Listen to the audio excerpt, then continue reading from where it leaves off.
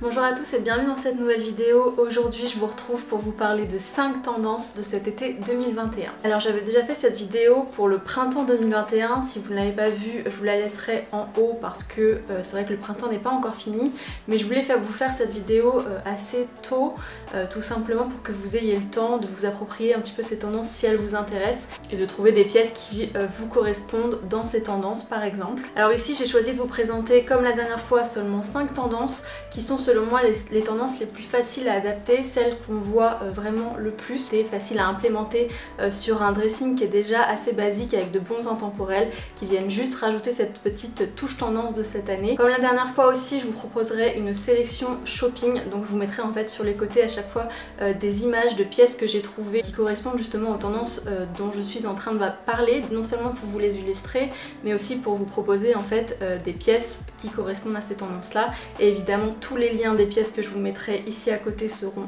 en barre d'infos, donc si une pièce vous intéresse n'hésitez pas à dérouler cette barre d'infos et vous y trouverez le lien sans souci. Donc sans plus tarder on va commencer, c'est parti. Alors première tendance dont je voulais vous parler, il s'agit du laçage. Alors c'est vrai que le laçage on en trouve absolument partout, on en trouve notamment noué autour du ventre, on en trouve sur les épaules, on en trouve au niveau de la poitrine avec en fait des liens qui viennent à côté de la bretelle. Personnellement je suis pas spécialement fan du laçage au niveau du ventre. Je trouve que ça peut vite faire saucisson, donc faut faire quand même un petit peu attention.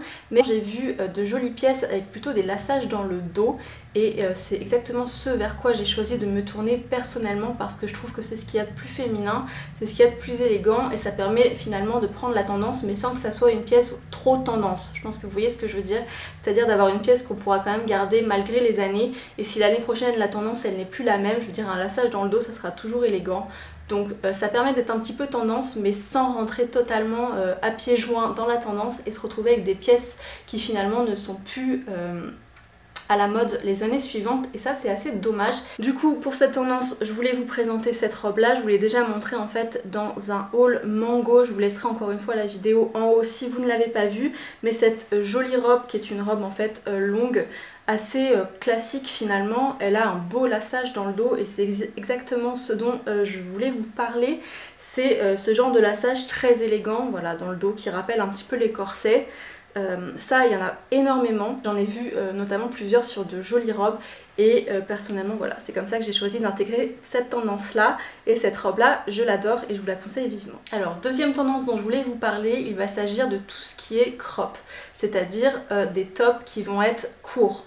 Donc il y a différentes en fait longueurs, c'est vrai qu'on trouve du crop comme on peut trouver les années précédentes au-dessus du nombril, mais ce qui est aussi très tendance ce sont les brassières, les bralettes. Je trouve que les hauts crop sont vraiment super jolis, j'en ai déjà plusieurs dans ma collection et vraiment je les adore. Je trouve que c'est très flatteur avec un bas qui est taille haute, que ce soit comme je porte ici un jean taille haute, mais que ce soit aussi avec une jupe taille haute. Je sais que ça se fait par exemple beaucoup en coordonnée, le haut crop avec une jupe longue ou avec un short, ça se voit beaucoup, notamment chez H&M, ils avaient sorti cet ensemble là avec le short qui va avec et je trouve que cette longueur là c'est ce qu'il y a vraiment de plus flatteur et surtout quand c'est porté avec quelque chose de très taille haute, on voit finalement qu'un ou 2 cm de peau et je trouve que c'est très suffisant comme ça. Pour vous présenter un autre crop top que j'ai acheté récemment, pareil celui-ci je l'ai montré dans mon haul mango Stradivarius, c'est encore une fois un crop qui arrive un petit peu en dessous de la poitrine. Pareil celui-ci je l'ai porté plusieurs fois notamment dans mon lookbook etc,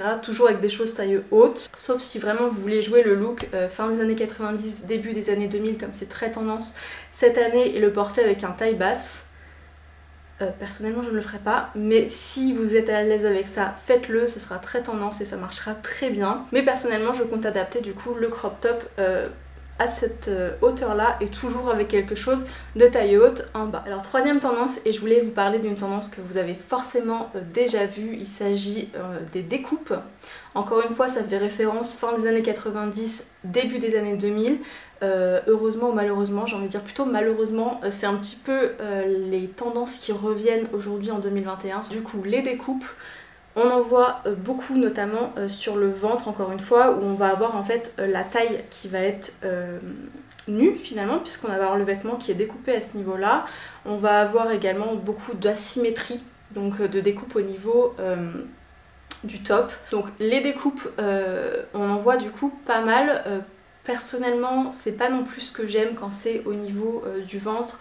La symétrie encore ça me plaît, mais moi ce que je privilégie et ce que je préfère, ça va être plutôt des découpes encore une fois au niveau du dos. Je trouve qu'une découpe, un lassage, un détail au niveau du dos, c'est toujours très élégant, c'est toujours très féminin, ça met le dos en valeur et je trouve personnellement que le dos d'une femme est très joli et qu'il mérite d'être mis en avant, donc je suis totalement pour ce genre de découpage dans le dos. On voit notamment beaucoup en fait des élastiques différents par exemple dans le dos avec des découpes entre les élastiques par exemple. Je trouve ça très très joli. J'ai pas encore trouvé d'éléments à rajouter à ma garde-robe avec ça, bien que j'ai en tête quelques robes que j'ai vues qui me plaisent beaucoup avec ces découpes là dans le dos.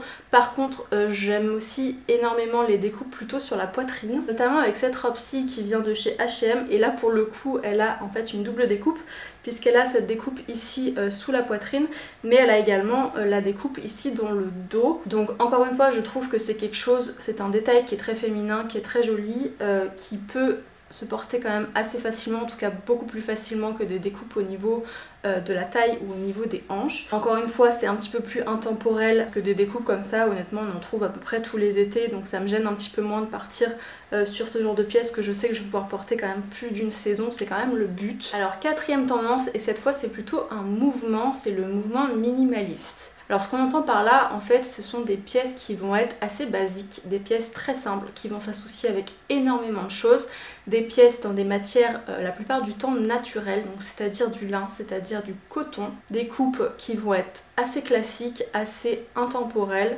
des couleurs, même chose, des couleurs qui vont être classiques, des couleurs naturelles, des couleurs intemporelles, donc ça va être le blanc, ça va être le crème, ça va être la couleur justement lin, le beige, le terracotta aussi, voilà, ce genre de couleur vraiment naturelle.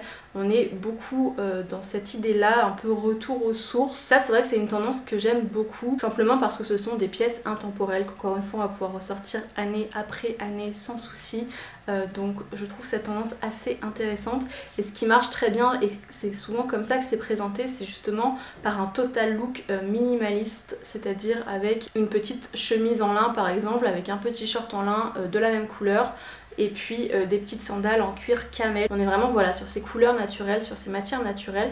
Le cuir également fait partie, l'osier aussi, donc l'osier c'est quelque chose de récurrent tous les étés, mais cette année c'est particulièrement tendance aussi par rapport à ce mouvement justement minimaliste. Alors du coup je pense que vous avez certainement déjà des pièces de cette tendance dans votre garde-robe, si vous avez une chemise en lin par exemple, dans ces couleurs naturelles, si vous avez un short en lin, si vous avez des sandales ou des mules en cuir, si vous avez des paniers en osier, vous êtes déjà dans cette tendance là. Donc je vous conseille vivement de ressortir ces pièces là, même si je pense que c'est des pièces qu'on ressort, personnellement je les ressors tous les ans, ça fait vraiment partie de mes essentiels du dressing en été, mais là du coup c'est encore plus tendance et ce total look, voilà, vraiment nature et ultra tendance. Donc si vous n'êtes pas fan de la couleur et que vous aimez plutôt les couleurs naturelles, ce style là et ce mouvement là il est parfait pour vous. Et alors cinquième tendance dont je voulais vous parler, il s'agit plutôt d'une tendance accessoire, mais qui peut aussi être portée en vêtements. J'ai nommé le foulard.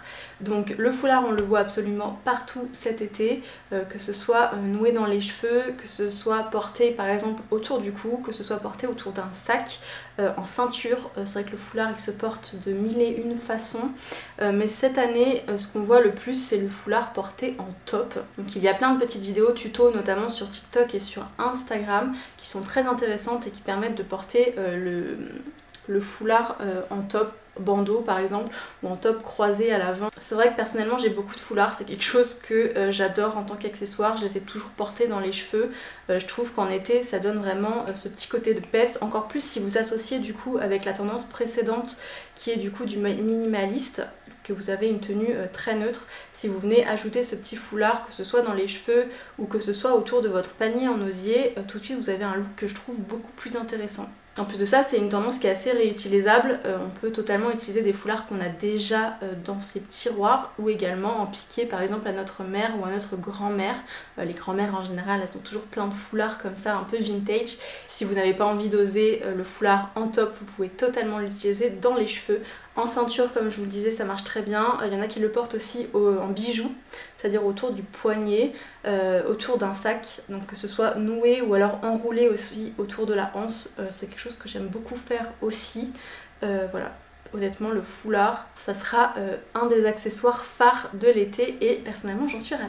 Donc voilà, ça sera tout pour aujourd'hui. Je vous ai présenté les 5 tendances que je trouvais les plus faciles à adopter cet été 2021. J'espère que cette vidéo vous a plu. J'espère que les tendances que je vous ai présentées vous ont plu également. Dites-moi en commentaire quelle est votre tendance préférée et laquelle vous comptez adopter cet été 2021. N'oubliez pas également que je vous aurai laissé tous les liens de tous les articles que je vous ai montrés ici sur le côté durant toute la vidéo.